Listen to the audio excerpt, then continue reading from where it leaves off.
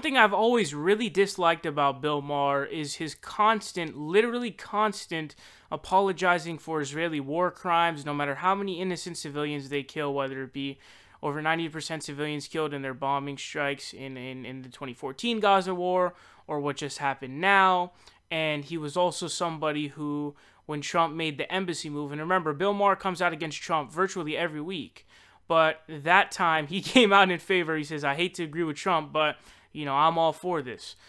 He's somebody who doesn't really want peace. He just wants to get Israel everything that he possibly can, and he wants to give them everything they possibly can, and that's why he's kind of dumped his position.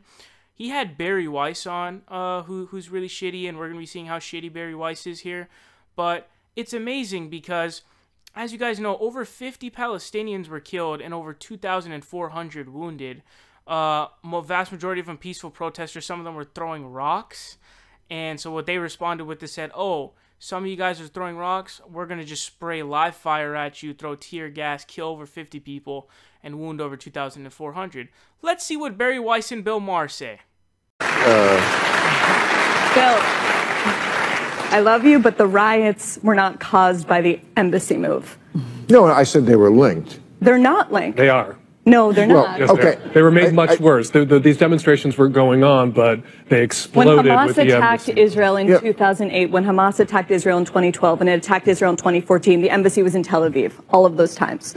Okay? Oh, This was an intentional. First of all, these protests had been going on for 6 weeks, and they intentionally moved up the day so that it would coincide with the opening of the embassy move, so that we would all be disgusted and heartbroken when we saw this horrible split screen of Ivanka Trump looking like she was at a country club next to poor, desperate people dying in Gaza. I agree with you. They planned that. Absolutely. Right. And I'm just saying, let's not fall for a trap that is being set by a theocratic, authoritarian group that is sending women and children I don't think I'm falling to be for a human trap. shields. I agree. I couldn't agree more with all of that.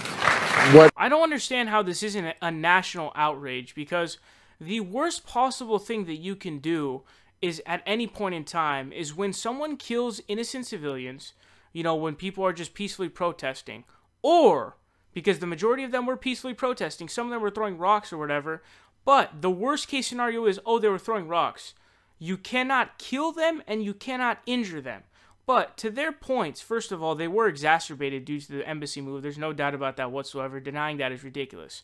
But apologizing for what happened by saying that, oh, you know, they don't fall for what they're saying. What the fuck do you mean? They're protesting. Even if they were, you can't kill innocent civilians. You cannot wound innocent civilians. And it's remarkable to see this kind of apologetics that happen for the Israeli regime. And I mean, the way that that Bari described the fucking Palestinian government, Netanyahu's a piece of garbage who has been killing innocent civilians for a very long time. He's also been literally recommended by the Israeli police to be indicted and charged on counts of bribery and fraud, which have been proven, but is still in the works to go through because of the way that their government works.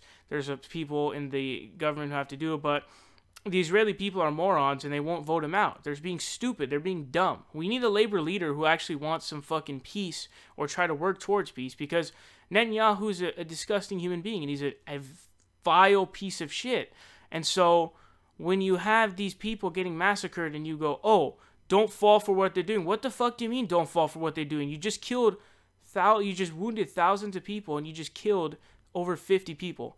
This should be a national outrage that there's this kind of apologetics going on for this, because if this were any other country doing this to anybody else, could you imagine if innocent Americans were killed in a peaceful protest by some other country? Could you imagine the outrage from people? And could you imagine how crazy it would be if these people were defending them?